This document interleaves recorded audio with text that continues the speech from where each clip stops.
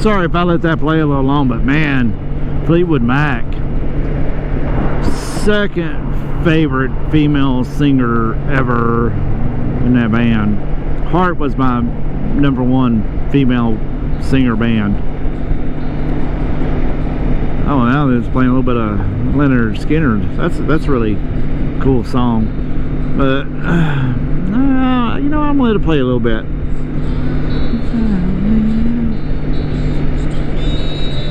Man, I smell gasoline. I know the gas terminals are down there, but god damn, who's fucking that up? I hauled gasoline for 17 fucking years. Jesus Christ. Somebody's vapor shit ain't fucking running right. That's strong enough to actually be dangerous, because if you can smell it, it's actually gas. That's where people screw up. The damn on gasoline is, you know, the liquid burns, but the vapor explodes. But if you actually pour gasoline on the ground, throw it, if you watch it, if you look closely, only the top layer is actually what's burning on as it's mixing with oxygen.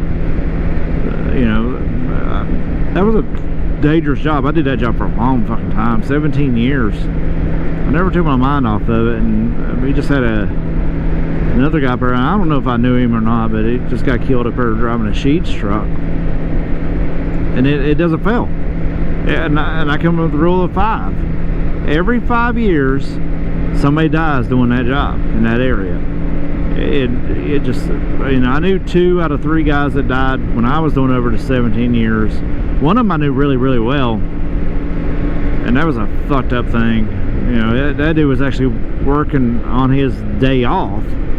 He was still in the Army Reserves, and he had just done his 2-week shit, and he was owner operator. I was owner operator, and he was trying to make up some of the money he lost from his 2 weeks off, so he'd come in and work, and he rolled that fucking thing over in Baltimore, load of ethanol on there. Won't forget that shit. But another guy coming down Pennsylvania Turnpike, car comes across lanes, he crashed and come over and hit him in the left front, and he rolled that truck right over and burned him up. We lost that particular time. We lost 2 drivers in less than a month, and then there was the Quarles driver that got killed. And I remember him taking that thing out on a semi. That thing burnt so fucking bad, they literally took it out on a rollback. I love this turn. And this bike should see, I mean, I'm not even leaning over hard. Matter of fact, I'm starting to stand it back up. It gets you a little more right there. You see the floating headlight in action.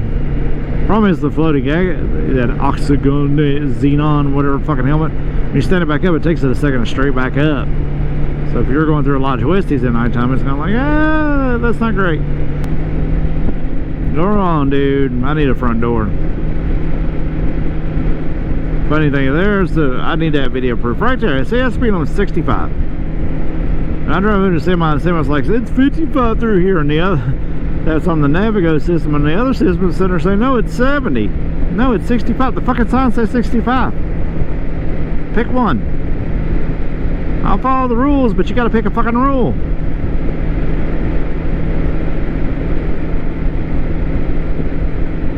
What the hell's playing back here? This is a little bit distracting.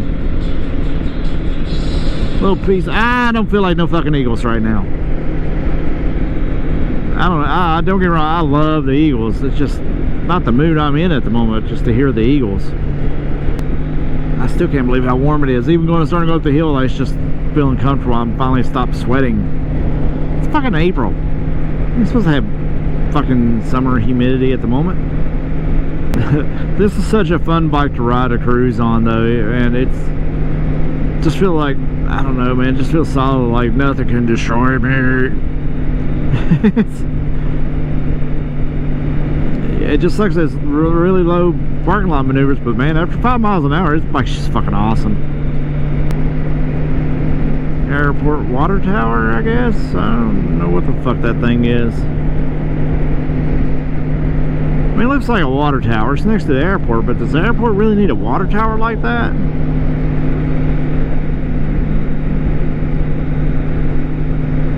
If you think that's weird, you should think about the shit I come up when I'm sitting on the shitter.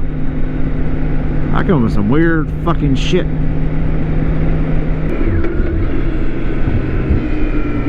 Oh, don't get in there too hot and too cute. It's a fun little clover leaf, but I could have done it faster than this.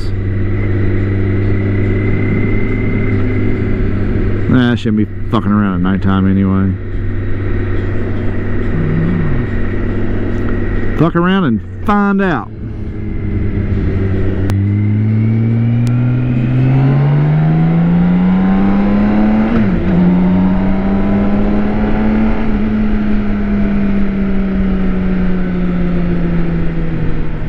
About this bike, man, don't ever think these big ass fucking sport touring motherfuckers are slow, because they damn sure ain't slow. They got some ass to them.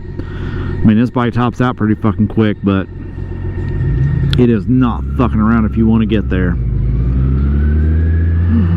Sweating. I do have a thermal top on because I wore it coming in, because the ride in was a little bit on the cool side, a little bit colder than what I would like, but I knew from watching the weather and shit like that, it was going to be really nice to ride home with. I was like, well, you know what, I'll suck it up and get there.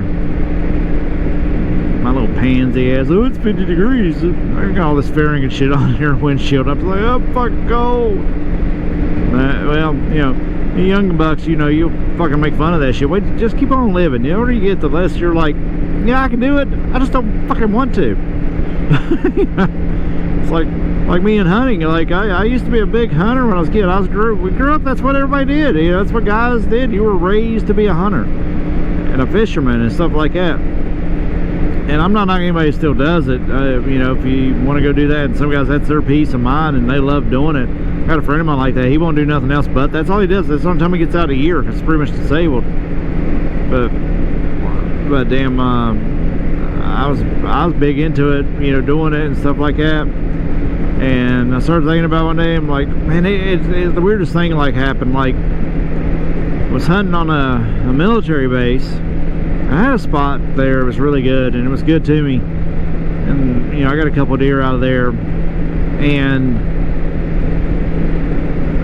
went back to go hunting, and it was the opening day. And I was like, and I was sitting in the same tree in the same spot, and I'm like, damn, dude.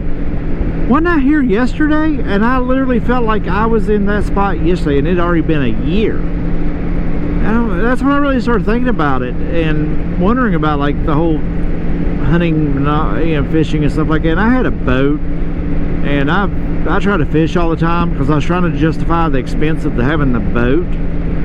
And it literally became a job to me. Like, I wasn't enjoying it anymore. And same thing with the hunting. I'm like, wasn't enjoying it. And then we went up to another place and went hunting, and I shot this doe. The guy's like, Virginia gives you 6 doe tags, you got to use them. But the guy's property was on, he despised deer. They tore up his crops. And he's like, you can hunt here, you can shoot whatever you want, all you want, I'll never say a word, except if I let you see anything walk, you're out of here. I want the deer gone. That's the only reason I allow this here. I'm not doing no, that's why I don't mess with hunting clubs. They all try to get these bucks or whatever. He said, I don't care, a deer is killing me financially, I want it gone. It was like, cool, man, that's fine. You can't eat those fucking antlers no matter how hard you bull them. You know, you bull them things for 3 days, man, they just don't soften up. But damn, so I was up there, and first day I hunted there, and this doe rode across me, and I was like, okay. And I had to do like this weird shot, like she wasn't that far away, man. It was all like 25 yards max, and I'm probably being extremely generous there. It's probably more like 18. But I was up at a tree stand, and I had to like bend over, crotch over, and put it between the trees with a damn muzzleloader. And I drilled her, man, right in the breadbasket and stuff, and that deer ran right to me. And right under, and died at the tree I was in, like right there. And I watched that deer take its last breaths and stuff like that, and that was it. Died right there. I was like, well, I ain't gonna track that one. But something just came over me at the time, and I was like, I should be excited that I got a deer, but I wasn't. Actually felt bad about taking this deer out, and we need to take deer out. Deer can, you know, everything needs a healthy population. We definitely need conservation,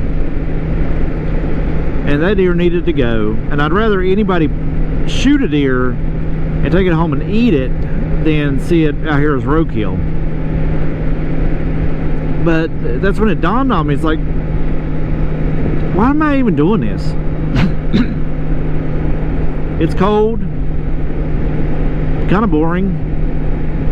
You know, I've already made my pieces and everything. You know, first couple times I've been out hunting for the year. I spend all week by myself in a semi, basically talking to no one, because I don't have a lot of phone conversations. I used to, but I cut that out.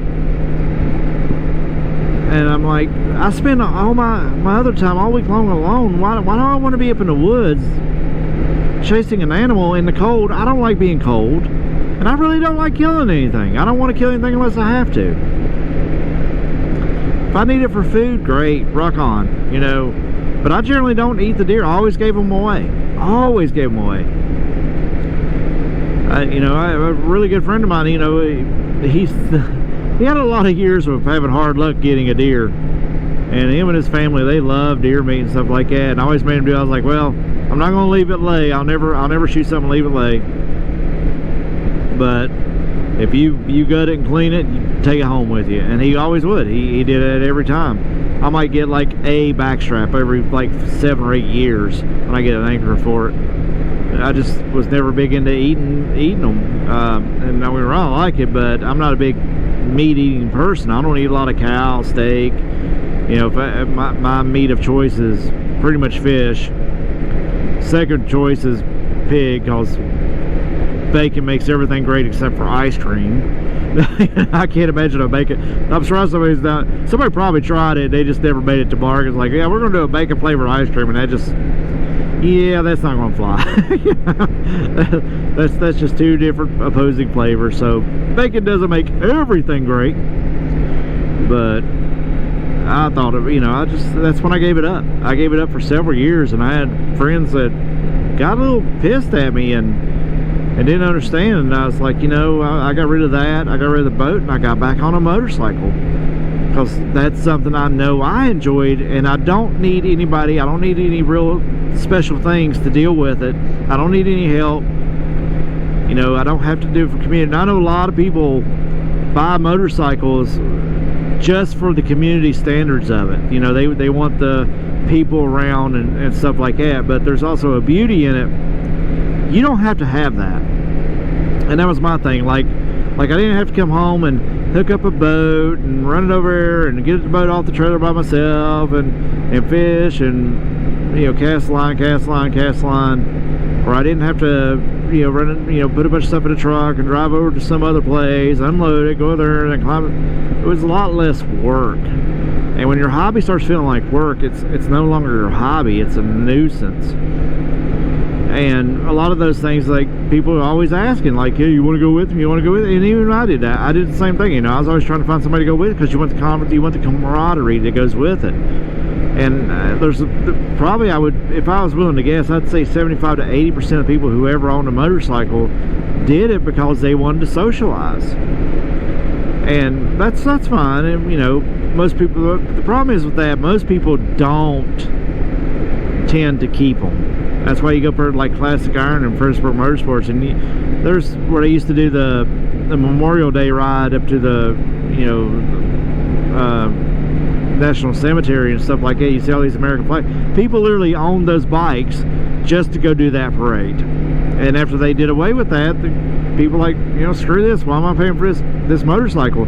So you go for and it's usually Harley Davidsons, not all, but probably I'd say that's a good even bet. That's probably 90% of the bikes that they sold in there were Harley Davidsons, and none of them had over like 3,000 or 4,000 miles on them. They're practically, you know, some of them would never be like 10 years old and didn't have 4,000 miles on them. Bike not even used. Like, you know, somebody bought this bike, wanted to do that, and they left the American flags and the POW flags and stuff on the bikes. They did it for just that reason, and they didn't even bother to take the flags off. They just sold the bike. And my whole thing with the motorcycle was always, hey, check this out. I got me some Harley guys rolling by instead of talking trash about them. They rock on. Bikes look good, sound good.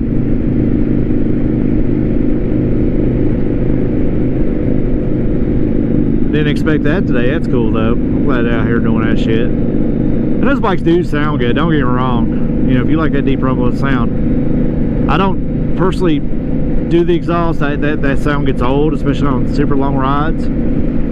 But, you know, hey man, if they're enjoying it, that's what turns you on, then rock the fuck on. But that's kind of the case in point. Like, if you got 3 riders there, pretty much the same bike, and would they be out here just doing it like I am? Like, I'm commuting with the bike, but I would come out here and ride tonight anyway. Is, you know, my chance to be on a motorcycle is my chance to be on a motorcycle, and I'm going to do it. But my question to them is, like, you know, if you didn't have guys to ride with, would you still be out here digging it? Maybe 1 out of the 3 would.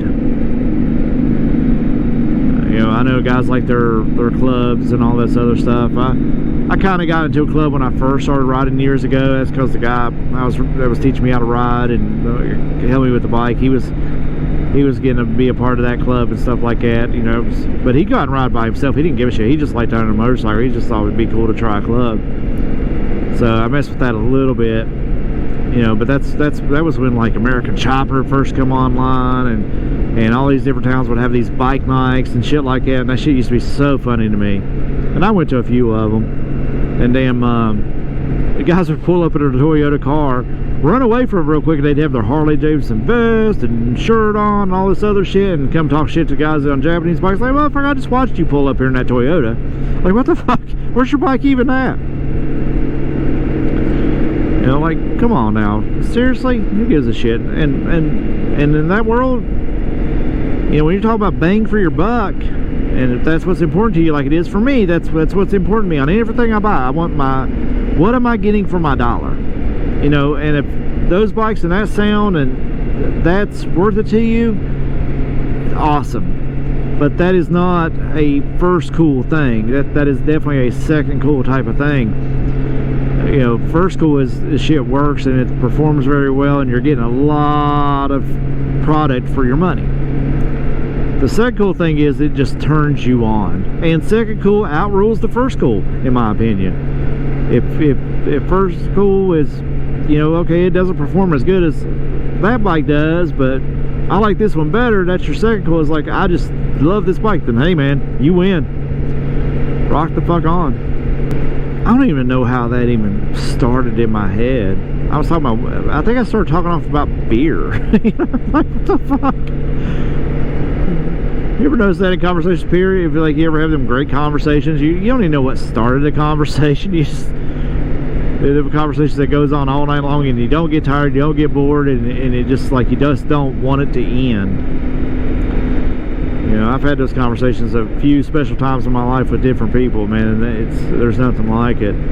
Like the first time I ever noticed it, it wasn't actually kind of a conversation. It was me, a cousin of mine, and a friend that I grew up with that lived really close to me, and I had another cousin that was the coach of the all-star baseball team, and we had traveled quite a ways, and the rest of the kids, you know, we would all ride with him in the back of a pickup truck. And there was like 10 kids in the back of this pickup truck to go up and watch this baseball game that I don't even remember watching the game. And we had old boombox radio and a bunch of tapes and stuff in there, and we started, on the ride back, we just started playing different songs and stuff like that, and one of us were pretending the drums, the other one pretended he was a singer, and the other one pretended like playing the guitar, and we had a ball. And that 3-hour trip, man, felt like it was 10 minutes. And then we sit there and kind of bullshit the rest of the night, and it just, man, it's just one of those nights that you just didn't want to end. And one of the guys now has unfortunately got murdered a couple years ago. When we got, about the time we got in high school, he got into drugs kind of bad. And I'm not innocent of ever doing anything. You know, I played around my fair share of shit. I never played around with that particular product. But he got hooked on that. And he spent pretty much the next 20 years doing that shit. And been married, divorced. running dump trucks. Actually was the boss of a whole company at one time doing that shit. You know, he's the truck boss. And then he got with this other girl. They broke up, and so he got with this other dude that was into the same shit. And they got into an argument one night over whose product that was. And somewhere in the middle of that, and this is one of the most laid-back guys you'd ever meet. One of the nicest guys you'd ever fucking meet. To piss this guy off, man, you really had to go out of your way, apparently, except for drugs. And I don't know exactly what happened between the two. That court date has been postponed a couple times. It's been going on for a couple years now. But the other dude picked up a dagger and put it right through his heart. And I do know, after he did that, he called the landlord. He didn't call 911 or anything like that. He called the landlord. It's like, hey, I just stabbed this dude, and you need to call the police because I'm going to finish this product. So that dude, he's not looking well for him in court. And I'm a little bit pissed that, you know, a childhood friend, you know, a really good dude that got murdered over something stupid as that. You know, like, damn, dude, like, how far does this addiction shit go? And the other guy that was there, my cousin, he after he grew up, like, I went to Marines, he went to the Army. I did my 4 years ago, well, he stayed. And of course he was over in Iraq and Afghanistan with all this shit, and he's got a shit ton of PTSD now, and it's sad. Like, it's just like, it's hard to talk to him and stuff like that. He's just always on edge, which I don't fully understand. You know, I was in the Marine Corps, I was motor transport, I was in, out 4 years. You know, I was in between both wars and with Iraq and Afghanistan and shit. I didn't see shit. I was in the wrong place one time, and that wasn't even in those countries, and that's not something I even going to get into, because pretty much when things rang out, all I did was piss my pants. So if you really want to hear that story, I'll tell it sometime. But it's a different story it's a very important story in my life. It's just because something changed my perspective on life at that particular moment. It had nothing to do with being shot at or nothing like that. It was just a totally different thing. That in the middle of chaos, a moment of clarity kind of hit me of something that's just ridiculously stupid, and I would never waste my time with again. And that's how that went. Maybe one day I'll tell that story. See how this whole thing works out with me getting good on the commutes and stuff like that, and people want to hear it. You know, the good news is I still got battery. Let's see what's playing now.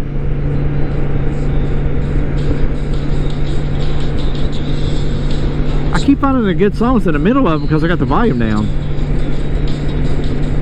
Hurt no one. I can't sing for shit. That's not true. I can sing really good. You just got to turn the volume all the way up. And I'll hit every note.